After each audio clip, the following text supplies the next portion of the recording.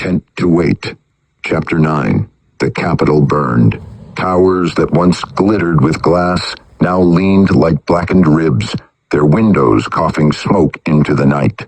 Soldiers advanced through the rubble, boots crunching over plaster and rebar, rifles spitting bursts that flared bright and vanished in the haze. Sirens wailed without rhythm, their cries strangled by the heavier noise of collapse. Walls giving way, engines roaring, munitions pounding the ground until the streets shook underfoot. From the clouds above, the Zirath came. Their craft weren't planes or ships, but slivers of metal that bent light. Sliding between the high-rises with impossible grace, beams of pale fire lanced downward, cutting trenches through asphalt, shearing buses in half, peeling rooftops open like tin lids. Civilians screamed from basements, their voices lost in the echo of beams tearing the city apart. Sergeant Moreno ducked behind a wrecked taxi, slammed a new mag into his rifle, and shouted over the comm, "Push forward! Keep the flank tight!" His men leapt gutter to gutter, some firing, some dragging the wounded through debris. Every movement felt borrowed, every gain a trick of time. One of the Zirath troopers emerged through the smoke. Its armor gleamed with segmented plates that hissed vapor, each step slow but certain. Moreno fired first, his rounds sparking against the chest plate until a seam split open and the thing jerked backward. It fell, convulsing. A cheer rose from the squad, brief, sharp, desperate. Then two more Zirath strode into view. Behind them, more shadows moved in the haze, silhouettes of the Legion still coming. A rocket screamed past, striking one dead center. The blast hurled its body into a storefront, shattering glass in a rain of sparks. For a moment, it felt like victory. But when the dust cleared, three more had stepped through the breach, their forms untouched, advancing with the patience of predators who knew time belonged to them. Overhead, the Zirath craft circled. They didn't dive, didn't press too quickly. They drew their beams with surgical patience, every strike precise, every collapse deliberate. The city wasn't being destroyed in fury. It was being dismantled piece by piece. Moreno wiped soot from his eyes, breathing ragged through the filter of his mask. "Sector 9, he muttered into the comm, voice breaking under static, "is lost." Far below the earth, the Global Defense Assembly gathered in its bunker. The chamber was wide and tiered, rows of flags encircling a glass table that glimmered with feeds from a dozen war zones. Overhead, the Capitol's burning streets filled one wall. Every collapse and muzzle flash mirrored for the men and women in tailored suits and wrinkled uniforms who could do nothing but watch. Secretary Aurora stood at the table's edge, stylus tapping against the glass. "Sector 9 has broken," she said flatly. "We're losing ground by the hour. If the Zirath keep cutting shafts into the metro, they'll be under the palace in 2 days." The screens confirmed it. Drone footage of armored columns retreating, soldiers dragging wounded through fire-lit snow, the sky cut open by slivers of metal drifting like carrion birds. Red text scrolled endlessly. Communications degraded, sectors lost, front lines collapsed. At the far door, guards opened for a guest. He wore a charcoal suit, his stride smooth, precise, as if rehearsed. His face was almost human, too symmetrical, the eyes reflective and depthless. He carried no insignia, no papers, only a briefcase held loosely in one long hand. The chamber hushed. Generals stiffened in their chairs. Ministers shifted, glances sliding sideways. Secretary Aurora's jaw set as she said, "Envoy, speak your piece." The figure inclined his head, the motion exact. When he spoke, his translator badge remained silent. His English was unbroken. "You fight as if trenches matter," he said, "as if streets will save you. Yet you build on hollow ground. The deeper we move, the stronger we become. You dig graves for us above, but below, the earth feeds us. Pressure is our blood. Heat is our marrow. You stand on crust. We live in mantle. General Harker leaned forward, fists pressing into the table. We've bled you in those streets. You're not invincible. The envoy's eyes gleamed like mirrors catching fire. You prune branches and call it victory. He set the briefcase on the table. The glass beneath it clouded, then cleared, showing a cutaway of the planet veined with phosphorescent tunnels. These are our galleries. When your air thins, you gasp. When stone presses, we thrive. Here on the surface, we wear shells. Below, we wear ourselves. A Brazilian marshal rose half from his chair, teeth clenched. Then why come here? Why talk? Courtesy, the envoy said, almost gently, and curiosity. I wanted to see how long you would pretend you were not ants. Chairs scraped. Officers muttered curses. Aurora raised a hand, silencing the chamber. Her gaze stayed on the envoy. If this is negotiation, state your terms. Withdraw from the shafts. Seal your cities. Starve quietly. The envoy's tone did not shift. We will take what we need beneath you. Resist, and your roofs will fall. It is not malice. It is geometry. He closed the briefcase, and the tunnels vanished from the glass. The Shirath do not hate you. We do not love you. You are only in our way. For a long moment, no one moved. Every officer in the chamber felt the same cold weight. They were not planning a victory. They were postponing a defeat. The envoy did not leave. He stood at the center of the chamber, hands clasped neatly before him, as though the outburst of curses and scraped chairs had never occurred. His voice, when it came, was calm, smooth, almost warm. You believe the battle is for your streets, for your borders, for the soil under your boots. It is not. We do not need to topple your towers to end you. We have already reached deeper. A murmur rolled through the chamber. The envoy's mirrored eyes swept the room, reflecting 100 worried faces back at themselves. Your rivers, he said, already carry our trace. The aquifers beneath your continents are threaded with veins of our making. Each time your children drink, a seed of us enters them, not to kill, not yet. To remind you that even your bodies are only reservoirs we may choose to tap. A French admiral slammed his palm against the table. Propaganda! The envoy's mouth twitched in the faintest echo of a smile. Test your wells, test your rain.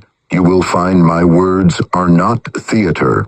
He gestured at the map. You fire at our craft. You kill our troopers in the alleys. These are branches trimmed for spectacle, but the roots spread regardless. The water moves, the stone shifts. You cannot fight water and stone. General Harker half rose, face dark red, but no retort came. He bit the inside of his cheek, the taste of blood a reminder of his silence. Secretary Aurora's voice was steady, but her knuckles whitened where her hand pressed the table. And your endgame? Our endgame, the envoy said softly, is patience. Your cities will choke when your wells sour. Your armies will starve when your fields refuse to grow. We need not fire on every soldier. Time is a sharper weapon than any. Silence clamped the chamber. Screens above continued to cycle through collapsing sectors, burning streets, lost convoys, broken bridges, but no one looked at them now. Every eye fixed on the envoy, and every officer saw the same truth written in each other's faces. Humanity's war was already unwinnable.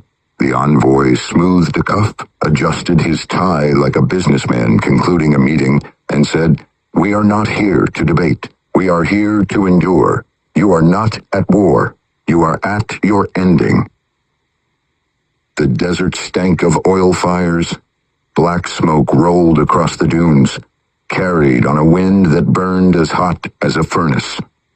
Columns of tanks groaned over the sand, their hulls streaked with soot, their guns pounding furiously into the storm.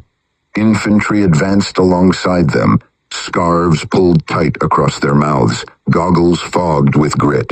Every boot sank deep, leaving trenches that filled instantly with drifting ash. The Zirath burst from below. The ground cracked like a drum, dunes splitting open as if the desert itself had jaws. Armored figures surged upward, their segmented suits glistening with condensation. One swipe of a wrist cut through the lead tank, its turret sheared away in molten shards. The crew screamed inside as the vehicle collapsed into the sand. Captain Rahman barked orders into his comms, voice shredded by static. Form perimeter, fire in overlapping arcs. His men obeyed, rifles barking, grenades arcing into the fissures.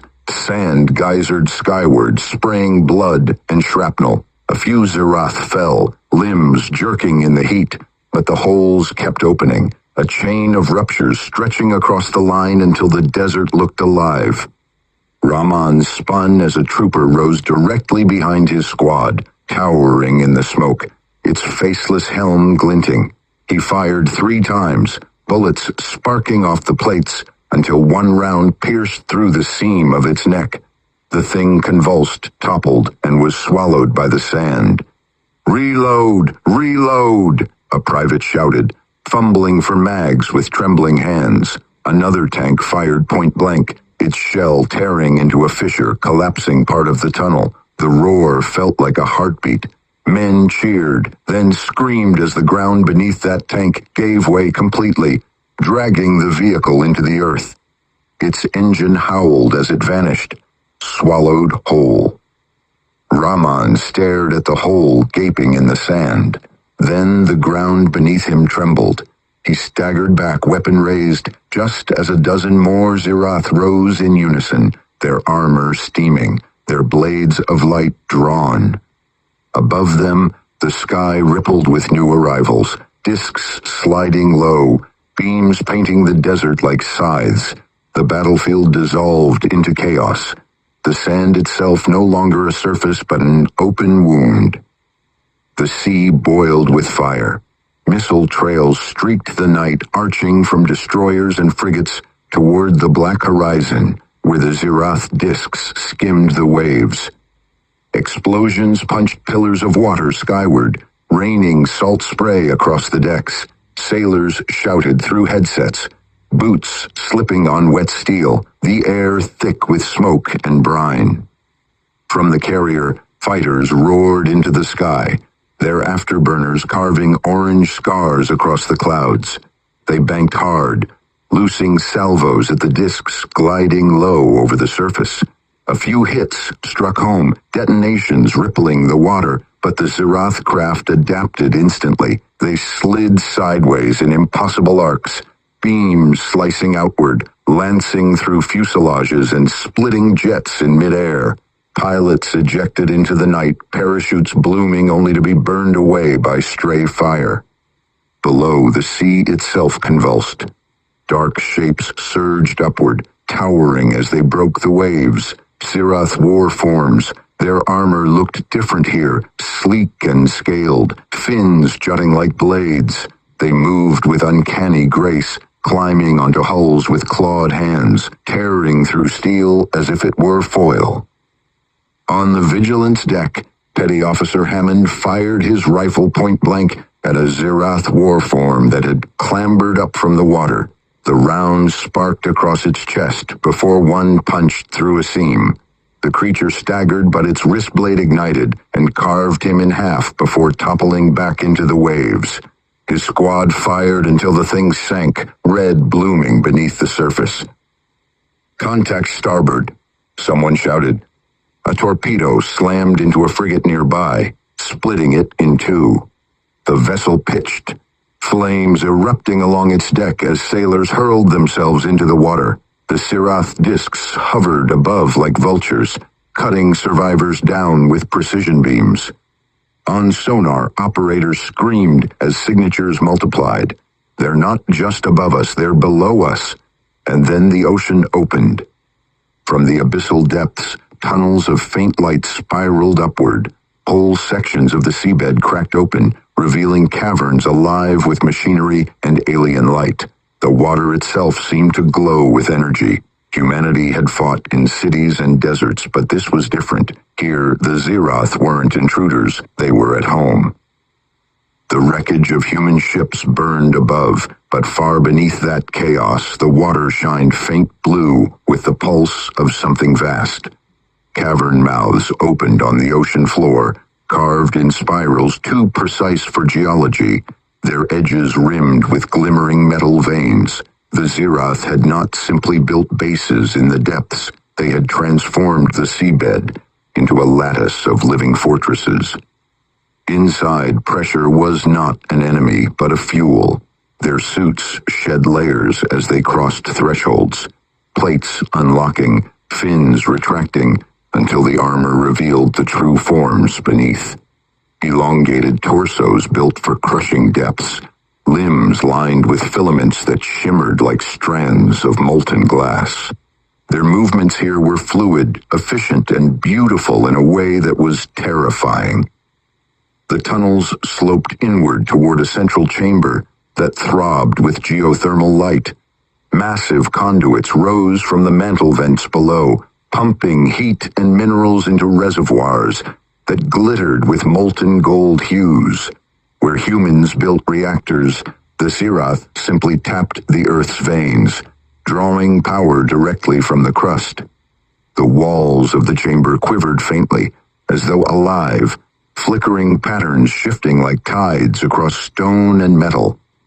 Pods floated in suspension tanks along the walls, each holding slumbering forms curled in embryonic repose. Bioluminescent fluid seeped from vents, bathing them in shifting blues and greens. New Zeroth warriors were gestating in silence, their armor grown directly on their bodies in layered shells. At the center of the base, a command dais rose, hexagonal and etched with alien sigils. Figures stood around it, each taller and broader than the surface troopers who wore suits. These were the Deepborn, the leaders who never risked Earth's thin air, who breathed pressure and thrived in no crushing dark. Their heads tilted toward the holographic map projected above the dais, Earth itself latticed with tunnels. One raised a hand, webbed filaments gleaming. The map shifted, highlighting the coasts where navies had once ruled. Now they were marked as feeding zones. A ripple of approval passed silently through the chamber. Above them, humans still thought they were fighting battles for harbors, for carriers, for fleets. But down here, the oceans were already lost. The assembly chamber was silent except for the glow of its air scrubbers. On the wall screens, the feed from the oceans flickered. Human ships splitting apart, sailors dragged into waves. The carrier Vigilant toppled sideways, its deck shearing clean off, the image glitching before resuming from another drone. Around the table, generals stared hollow-eyed. One rubbed his temple hard enough to leave red streaks. Another leaned forward, forehead pressed into his fists. Folders lay unopened, maps untouched. No orders were spoken. None seemed worth speaking. The envoy stepped forward, briefcase swinging lightly at his side. He set it on the glass table and spread his arms wide, as if welcoming the chamber into an embrace. His suit hung immaculate, cuffs perfect, hairline straight as if drawn with a blade. His mirrored eyes reflected their shame back at them. "Do you see it now?" he asked softly. His voice carried easily, no need to raise it. "Your fleets break upon the tide. Your streets fall into themselves. Your rivers whisper with our trace. You resist not an army, but a truth." On the screen, sailors floated in flaming oil, their arms thrashing weakly before the waves consumed them. A muffled sob escaped from the far tier. No one turned to see who had made it. The envoy's arms remained outstretched, patient, calm as though he were blessing a congregation. "Every empire ends," the envoy continued, walking slowly around the table. His shoes clicked against the polished floor. "Every flag fades, yours quicker than most. You built your homes on sand. You mined your earth until it bled. You fouled your sky until it choked you. We have only continued what you began." General Harker raised his head, eyes rimmed red. "We've fought you in every city. You've taken losses too. Don't stand here and pretend." The envoy stopped directly before him, arms lowering slightly. "Losses?" He let the word linger, tilting his head. "Branches trimmed, roots untouched. Do you imagine numbers wound us? Do you believe counting the dead matters? When every child of our kind grows already clad for war?" He leaned closer, voice a whisper sharp as glass. "Our losses are seeds. Each one returns tenfold." Harker's face crumpled. He dropped his gaze to the table, unable to meet the mirrored eyes staring through him. Secretary Aurora clasped her hands, knuckles white, lips pressed tight. Her silence was the silence of someone who could not afford to break, even as she felt the truth coil around her. On the screens above, the map updated, 3 more coastal cities blinking red. The ticker scrolled, "Fleets lost, ports unsustainable, civilians in flight." No one could deny it. The Shirath envoy's words did not need argument. The evidence glared down in burning color. The envoy lowered his arms at last, the gesture slow, deliberate, like a curtain falling on a play. He clasped his hands behind his back, perfectly at ease while the chamber sagged around him. On the walls, FNW's live feeds showed one theater after another collapsing, streets drowned in fire, deserts swallowing regiments, oceans boiling with wreckage. Every corner of the world now glowed red. A minister from Brazil whispered, "We are finished," before covering his mouth with both hands, ashamed of the words. Across the horseshoe table, a German general pinched the bridge of his nose, shoulders shaking as if under unbearable weight. Even the translators in their booths sat still, headsets lowered, no need to interpret words that had already become universal. Secretary Aurora finally stood. She pressed her palms flat against the table, leaning forward into the light of the collapsing world. Her face was unreadable, carved from stone, but her voice was stripped bare. "This assembly does not surrender. Not today, not here." Her declaration rang hollow. No one rose to echo her. No fists struck desks. The silence that followed was worse than dissent. It was agreement hidden in shame.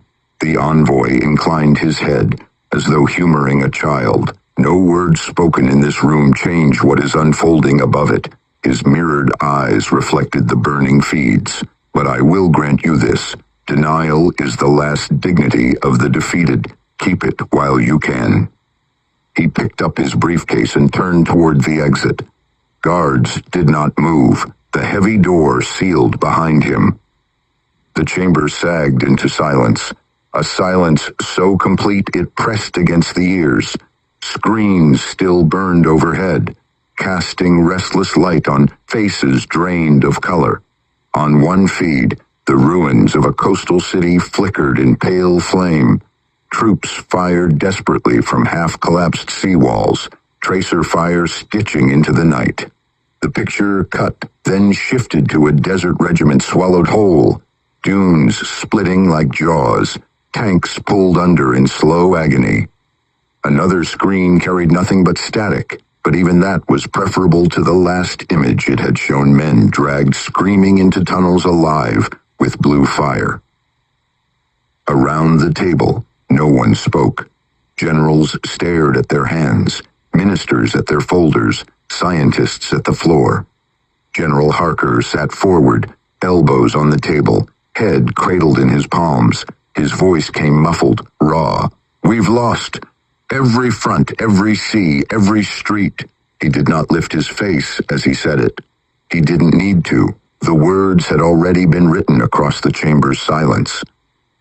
A marshal from Japan whispered something in her own tongue and lowered her eyes. A minister from Brazil crossed himself, though faith had not been spoken of here in years. Secretary Aurora stood rigid, shoulders squared as if the posture alone could hold the room together. Her hand trembled against the stylus she still clutched, the point dragging an idle line across the glass map. No one moved to erase it. No one corrected her. Above, the feeds rolled on without pause. A city skyline folded into dust. A carrier split across the waterline. A mountain village erupted as a shaft burst upward, the ground vomiting smoke and fire. All across the world, humanity's war was not being fought anymore. It was being erased. Aurora finally drew in a ragged breath. "We issue orders," she said, her voice steady but hollow. "We tell the people we still fight that there is hope." The words fell dead in the air. No one challenged her. No one believed her. For a moment longer, the chamber sat like a mausoleum, lit by the light of its own funeral screens. Then, almost mercifully, the feeds flickered, cut to static, and the wall went black. In the darkness that followed, the leaders of humanity sat with heads bowed, each one silently carrying the same truth the envoy had left behind. This was not resistance anymore. This was the slow acceptance of the end.